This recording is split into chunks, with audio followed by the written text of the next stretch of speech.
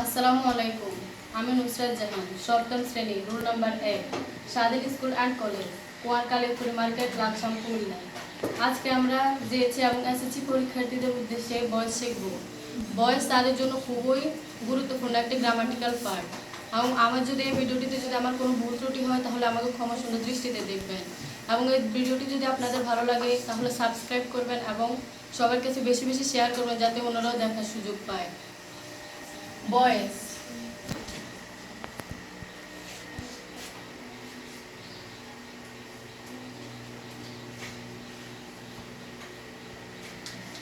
Voice কি?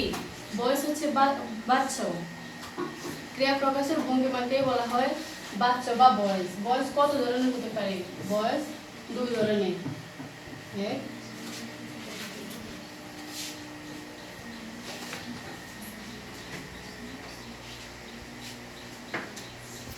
Active voice.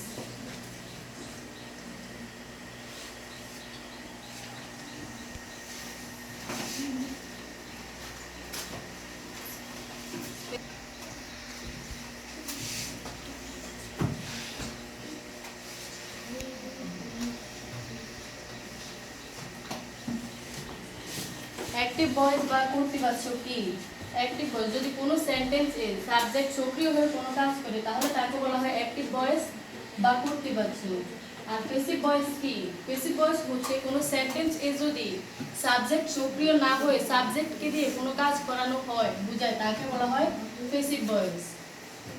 তাহলে আজকে আমরা আলোচনা করব ভয়েসের টেন্স অনুযায়ী প্রেজেন্ট টেন্স নিয়ে। কাল ভেদে ভয়েসকে তিন ভাগে ভাগ করা যায় টেন্স অনুযায়ী: present tense, past tense and future tense. আজকে আমরা আলোচনা করব প্রেজেন্ট টেন্স নিয়ে। প্রেজেন্ট টেন্সের রয়েছে 4টি part: present indefinite, present continuous, present perfect and present perfect continuous. ভয়েসের ক্ষেত্রে 3টি পার্ট নিয়ে ভয়েস করা হয়। ধরো প্রথমে হলো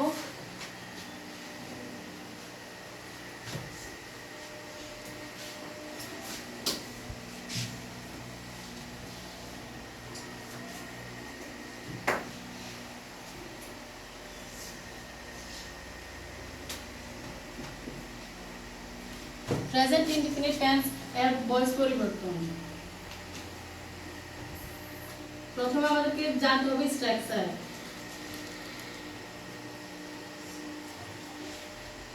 এটা হচ্ছে অ্যাক্টিভ ভয়েসের structure. Structure subject plus auxiliary verb যদি থাকে তাহলে অক্সিলারি ভার্ব, কিংবা যদি না থাকে তাহলে মেইন ভার্ব। যদিও প্রেজেন্ট ইনডিফিনিট টেন্সের ক্ষেত্রে অক্সিলারি ভার্ব থাকে না, সেহেতু আমাদেরকে অক্সিলারি ভার্ব হিসেবে অনেক ক্ষেত্রে ডু ডিড ইত্যাদি বসে।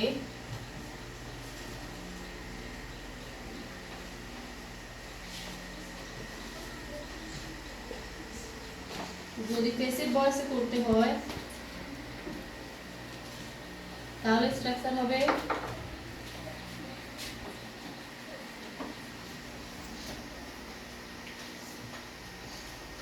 object subject form plus auxiliary verb am, is, are plus verb third form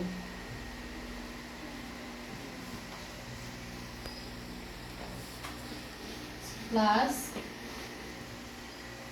by plus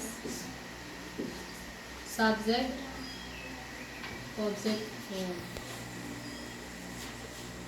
তাহলে যদি অ্যাক্টিভে থাকে আই ট্রাইস।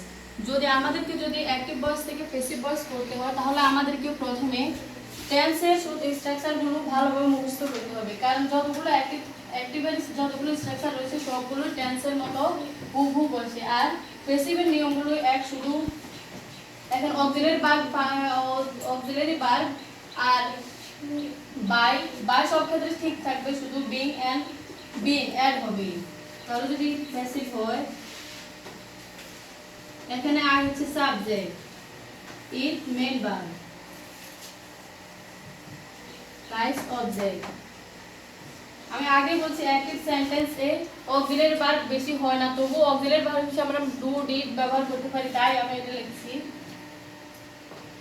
তাহলে আবার করতে হবে কি object subject form. Object subject form তাহলে আই রাইস হচ্ছে এখানে অবজেক্ট, তাহলে আমার এখানে সাবজেক্ট হবে ফর্ম রাইস। অক্সিলারি ভার্ব হবে ইজ, যেহেতু এটা ফার্স্ট পারসন এবং সেকেন্ড পারসন কোনোটাই না, সেহেতু এখানে হবে ইজ। ভার্ব থার্ড ফর্ম, ইট হচ্ছে ফার্স্ট প্রেজেন্ট ফর্ম, সেহেতু এটার ফার্স্ট পার্টিসিপল মানে হচ্ছে থার্ড ফর্ম হবে ইটেন। Rice is eaten. তারপর স্ট্রাকচারের মধ্যে আছে by, rice is eaten by. এখানে সাবজেক্ট আছে আই, সেখানে অবজেক্টই হবে মি। এসব ক্ষেত্রে কিছু পরিবর্তন আছে, যেমন আই থাকলে হবে মি, ইউ হলে ইউ হবে, হি থাকলে হিম, সি থাকলে হার, দে থাকলে দেম।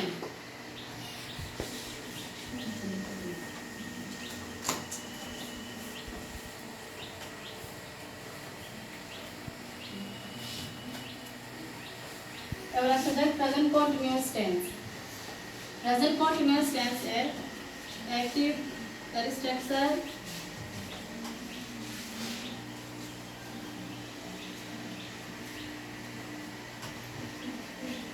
সাবজেক্ট প্লাস, এখানে অক্সিলারি ভার্ব ছাড়া কিন্তু প্রেজেন্ট কন্টিনিউয়াস টেন্স হবে না, সেহেতু এখানে অক্সিলারি ভার্ব মাস্ট থাকতেই হবে।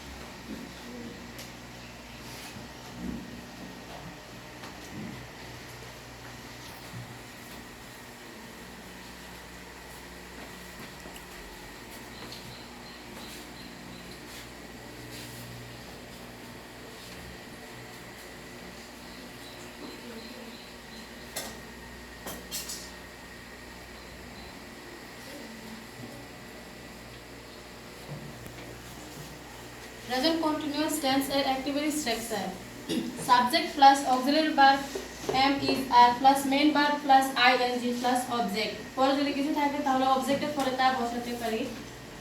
এবার passive voice এর structure object subject form, মানে অ্যাক্টিভ ভয়েসের যে অবজেক্ট আছে সেটা আবার হবে প্যাসিভ ভয়েস হবে subject plus auxiliary verb am is are plus being, যেহেতু এটি am is are এখানে ing ব্যবহার হয়েছে সেহেতু এখানে হয়েছে being plus verb third form plus by plus subject object form. এর মানে হচ্ছে অ্যাক্টিভের মধ্যে যা ছিল সাবজেক্ট, প্যাসিভের মধ্যে তা কি হবে অবজেক্ট।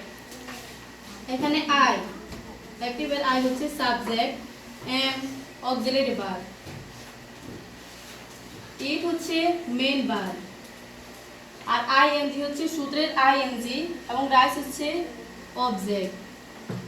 এবার প্যাসিভের স্ট্রাকচার অনুযায়ী অবজেক্ট সাবজেক্ট ফর্ম, মানে এখানে যে অবজেক্ট আছে প্যাসিভে তা গিয়ে হবে সাবজেক্ট, মানে রাইস এখন হচ্ছে সাবজেক্ট এবং ইজ। যেহেতু এটা ফার্স্ট পারসনের সাথে, আমরা জানি ফার্স্ট পারসনের সাথে এম হয় এবং সেকেন্ড পারসনের সাথে আর, কিন্তু অন্য কোনো যদি কিছু থাকে থার্ড পারসন কিংবা অন্য কোনো বস্তু থাকলে হবে ইজ। কিন্তু ইজ আমাদেরকে এখনো সূত্র অনুযায়ী প্রত্যেকটা গঠন প্রণালী অনুযায়ী আমাদেরকে সবকিছু বসাতে হবে। যেমন এখানে অক্সিলারি ভার্ব আছে এম ইজ আর, শুধু আমরা এখানে অক্সিলারি ভার্ব বসাবো ইজ। তারপর বিং, সূত্রের মধ্যে আছে বিং, সূত্রের বিং প্লাস বাদ থার্ড ফর্ম। বাদ হচ্ছে আমাদের ইট এর থার্ড ফর্ম হচ্ছে ইটেন। তারপর আবার সূত্র অনুযায়ী বাই, যেহেতু অ্যাক্টিভ ভয়েসে আই আছে সেহেতু প্যাসিভ ভয়েসে গিয়ে হবে মি। সুতরাং আমাদেরকে যদি স্ট্রাকচারগুলো যদি আমাদের মুখস্থ থাকে তাহলে আমাদেরকে উদাহরণ দিতে আমাদের খুব বেশি সমস্যা হবে না।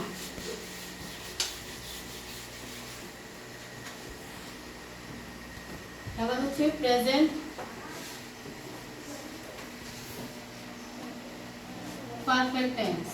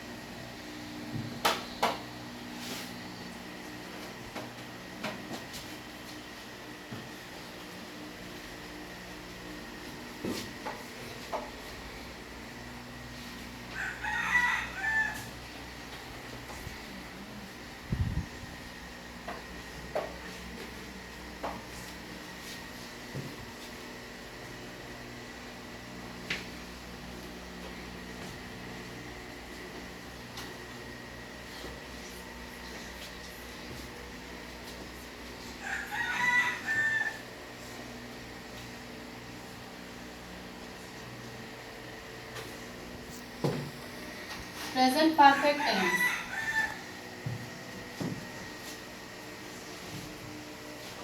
প্রেজেন্ট পারফেক্ট টেন্স এর অ্যাক্টিভ স্ট্রাকচার হচ্ছে subject plus auxiliary verb have বা has plus third form of verb plus object.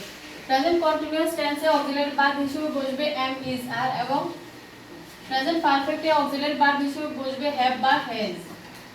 তাহলে প্যাসিভের স্ট্রাকচার হবে object subject form plus auxiliary verb have has plus been plus verb third form of verb plus by plus subject object form. Example active I have eaten rice. এখানে অ্যাক্টিভের structure অনুযায়ী আমাদেরকে বসাতে হবে। তাহলে subject হচ্ছে I, have হচ্ছে auxiliary verb, eat হচ্ছে main verb এবং যেহেতু বলেছে থার্ড ফর্ম অফ ভার্ব সুতরাং হবে eaten। রাইস হচ্ছে অবজেক্ট। তাহলে স্পেসিফিক স্ট্রাকচার অনুযায়ী অবজেক্ট সাবজেক্ট ফর্ম, মানে এখানে অবজেক্ট আছে রাইস, তাহলে আবার এটা হবে সাবজেক্ট। তাহলে রাইস এখানে সাবজেক্ট। অক্সিলারি ভার্ব হ্যাভ বা হ্যাজ, যদি ফার্স্ট পারসনের সাথে হবে হ্যাভ, যদি থার্ড পারসন বা অন্য কোনো বস্তু থাকে তাহলে হবে হ্যাজ। অক্সিলারি ভার্ব সূত্র অনুযায়ী অক্সিলারি ভার্ব প্লাস সূত্রের been plus eaten, verb third form of verb, সুতরাং ইটেন প্লাস বাই সূত্রের ভার্ব প্লাস সাবজেক্ট এখানে আছে অ্যাক্টিভের সাবজেক্ট হচ্ছে আই, এখন এবার অবজেক্ট হয়ে যাবে মি। ধন্যবাদ সবাইকে। ইংরেজিকে ভয় করা চলবে না, আমাদেরকে যদি ইংরেজির উপর আয়ত্ত করতে হয় তাহলে আমাদেরকে কিছু গ্রামাটিক্যাল পার্ট ভালোভাবে পড়তে হবে, বুঝতে হবে এবং সেগুলোর উপর প্র্যাকটিস রাখতে হবে। এবং আপনার আজকের এই পর্বের পরে আপনাদের লাইভ কমেন্টসের উপর ভিত্তি করে আমরা ভয়েস এর অন্য পার্ট নিয়ে শীঘ্রই আসবো।